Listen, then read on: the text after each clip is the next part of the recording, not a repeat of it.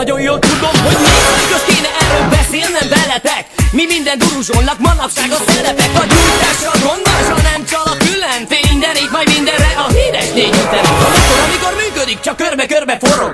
Szív, meg sűrít, meg gyújt, meg kipufog. De ha valami gáz van és a hatás fog gyenge, sorra veszem őket, mert hát ez a dolgok rendje. A szívás nem üzemel, ha nincs elegendő anyag. Ilyenkor nem a folyamat, hanem a tag a hanyag. Hát meg kell tölteni is az indító, ha teker. Az összhatáshoz csupán már csak szikra kell. És akkor bom! Ha-ha! Bombaként robban, lehet, hogy kicsit köhög, de soha meg nem torpan, hogy miért van ez így? A lepel lehull, az anyag nem vészed, csak átalakul. Szív, sűrít, gyújt, gyújt, kibufog, gyújt, gyújt, szív, szív, lántad, kibufog, szív, sűrít, gyújt, gyújt, kibufog, gyújt, gyújt, szív, szív, lántad, kibufog, szív, sűrít, gyújt, gyújt, kibufog, gyújt, gyújt, szív, szív, lántad, kibufog, szív, sűrít, gyújt, gyújt, kibufog, gyújt, gyújt, szív, szív, lántad, kibufog. A szívással nincs gond, hát lépjünk tovább. Ettől okosabb lesz minden ember, nem pedig utább. A gyújtás a soros, ez is lehet hiba, csak akkor, ha nem gyújt, de az igazi galiba. Mindenért a felelős az isteni szikra.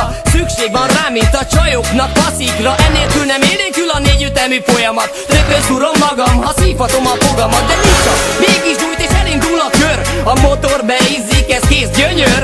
Nem akad el soha, fittyet hány a bajra, de csak akkor ilyen, hogyha karba van tartva. Szív, sűrít, gyújt, gyújt, kibufog, gyújt, gyújt, szív, szív, lántad, kibufog, szív, szív, sűrít, gyújt, gyújt, kibufog, gyújt, gyújt, szív, szív, lántad, kibufog, szív, szív, sűrít, gyújt, gyújt, kibufog, gyújt, gyújt, szív, szív, lántad, kibufog, szív, szív, sűrít, gyújt, gyújt, kibufog, gyújt, gyújt, szív, szív, lántad, kibufog.